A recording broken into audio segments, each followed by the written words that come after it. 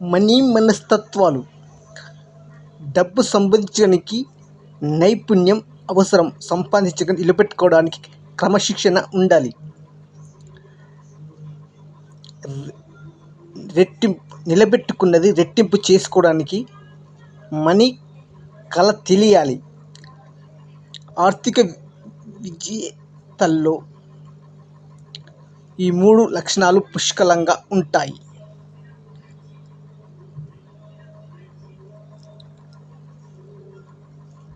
వీళ్ళు తమ నెలవారీ సంపదను 2గా విభజిస్తారు.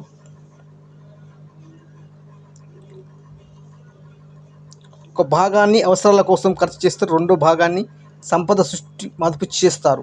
5 ఏళ్ళు, 10 ఏళ్ళు, 25 ఏళ్ళు ప్రతి లక్ష్యానికి ఒక గడుపు పెట్టుకుంటారు. ఆ గమ్యానికి చేరుకోవడానికి పదునైన ప్రణాళికను సిద్ధం చేసుకుంటారు.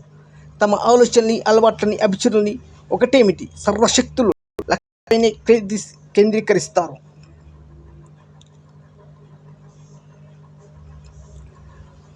ప్రణాళిక సిద్ధం చేసుకుంటారు. తమ ఆలోచనని, అలవాటుని ఒకటి అవసరమైతే అదనపు సంపాదన మార్గాలను అన్వేషిస్తారు.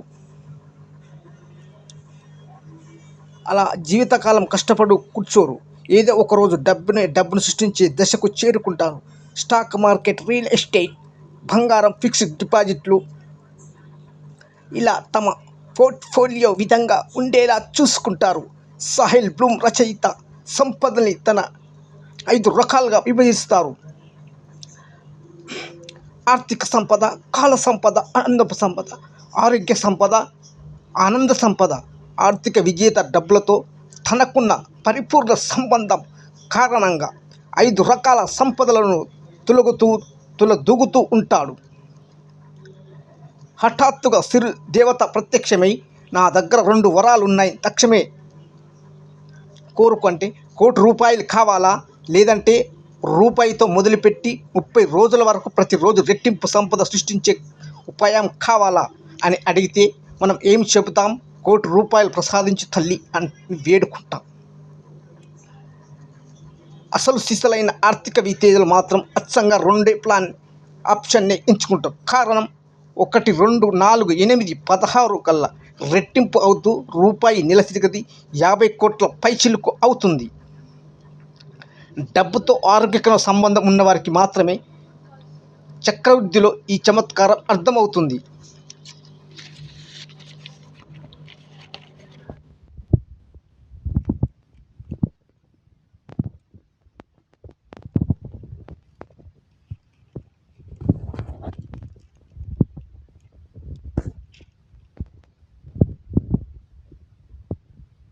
మితిమీరిన పద్ధత చకచకా వచ్చిందని చివరిలో ఒక 200 ప్లాట్ కొనిస్తాం. అది కాస్త కోట్ల వార్జన చిక్కుకుంది. దీంతో శాశ్వతంగా రియల్ ఎస్టేట్ పెట్టుబడిని దూరం అవుతారు.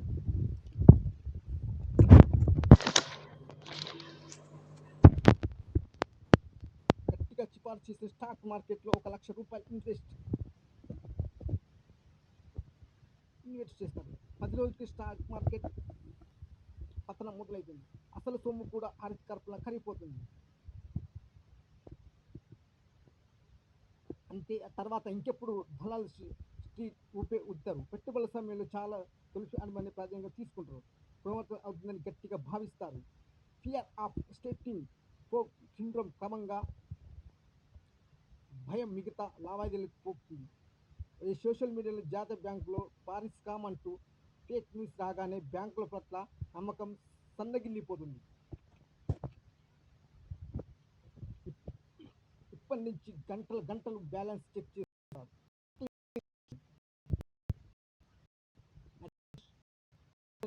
గురించి నలుగురు మాట్లాడగానే తమ ఆస్తులు ఎక్కడ అవుతాయని హడిలిపోతారు. అనుమాన భద్రత సమయంలో సరైన నిర్ణయాలు తీసుకోలేకపోతారు. కల్పించే మానసిక సమస్య ఇది.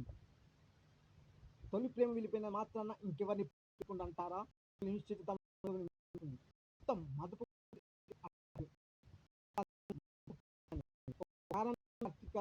దేవదాసి అర్థము లేదు.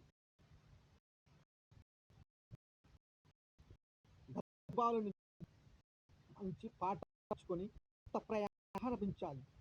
నీళ్ళ భయం ఉన్న ముందుగా పిల్ల కాలువలు దిగాలి. కాలువలో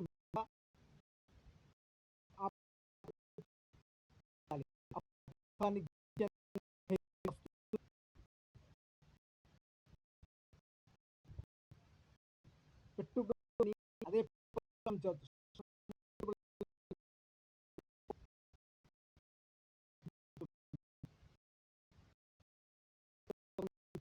ఆడ చీకట్లో వెలిగించేది వృక్షం అని తెలియదు. ఆర్థిక అక్షరాల అలాంటిది. దాని దీపమే అవగాహన భయాల్ని పోగొడుతుంది. కాకపోతే కావాలని